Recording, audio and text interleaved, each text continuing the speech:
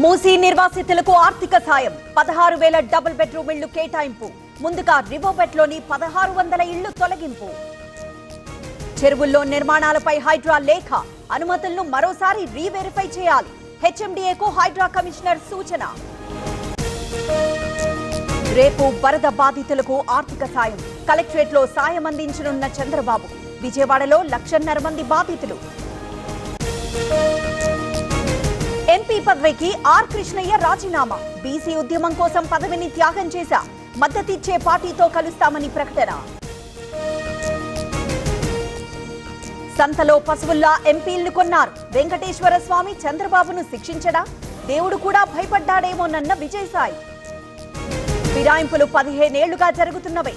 ఇందులో కొత్త విషయమేమీ లేదు. ప్రస్తుతం కోర్టు పరిధిలో ఉందన్న స్పీకర్. కార్తీ కావాలని అనలేదని తెలుసు. నొప్పి మాయం, సర్జరీ దూరం. మోకాలు మరియు నడుము నొప్పులను ఇకపై భరించాల్సిన అవసరం లేదు. ఆపరేషన్ లేకుండా అత్యాధునిక చికిత్స. Indo British advanced pain clinic. అధునాతన సాంకేతికతతో ఇప్పుడు బంజారా హిల్స్ తో పాటు మదీనాగూడలో. సనాతన ధర్మంపై మీకు ఉన్న గౌరవం తెలుసు.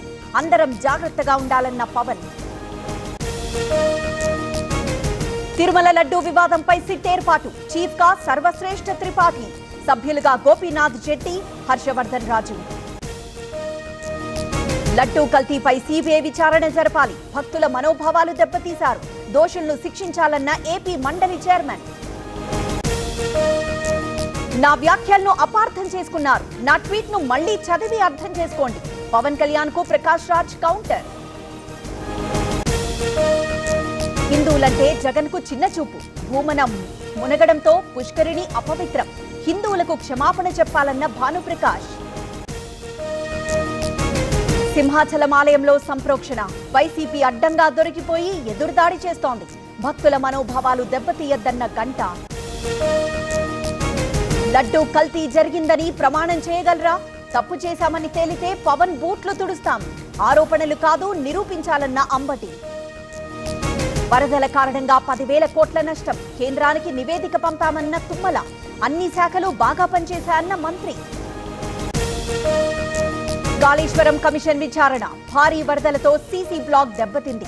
బ్యాంక్ గ్యారంటీ పైన మాజీ ఇంజనీర్ల క్లారిటీ. యూట్యూబర్ హర్ష సాయిపై యువతి ఫిర్యాదు. తనను మోసం చేశాడని ఆరోపణ. రేప్ కేసు నమోదు చేసిన పోలీసులు. ఎంఐఎం కార్పొరేటర్ కుమారుడి అరెస్ట్. కోటి విలువైన 319 కిలోల గంజాయి సీజ్. మునావర్తో పాటు 10 మంది అరెస్ట్. మేము గేట్లెత్తితే బీఆర్ఎస్ లో ఎవ్వరూ మిగలరు. 2 మంత్రి పదవులిస్తే అంతా వస్తారు. మాతో 26 మంది టచ్ లో ఉన్నారన్న మైనంపల్లి. జత్వానీ కేసులో కాంతి రాణాకు ఊరట. తదుపరి విచారణ అక్టోబర్ 1కి వాయిదా. అప్పటి వరకు చర్యలు తీసుకోవద్దన్న కోర్టు.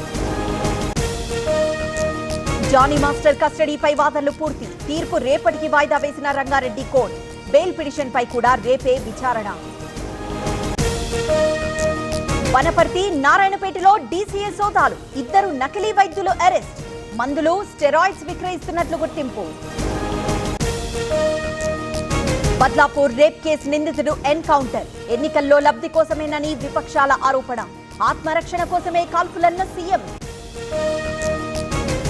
కేరళలో హేమ కమిటీ ప్రకంపనలు. లైంగిక వేధింపుల కేసులో ముఖేష్ అరెస్ట్. బెయిల్ రావడంతో ఎమ్మెల్యే విడుదల. ముడా కేసులో సిద్ధరామయ్యకు చుక్కెదురు. హైకోర్టు తీర్పుపై స్పందించిన సీఎం. ప్రభుత్వాన్ని కూల్చే కుట్ర అని ఆరోపణ.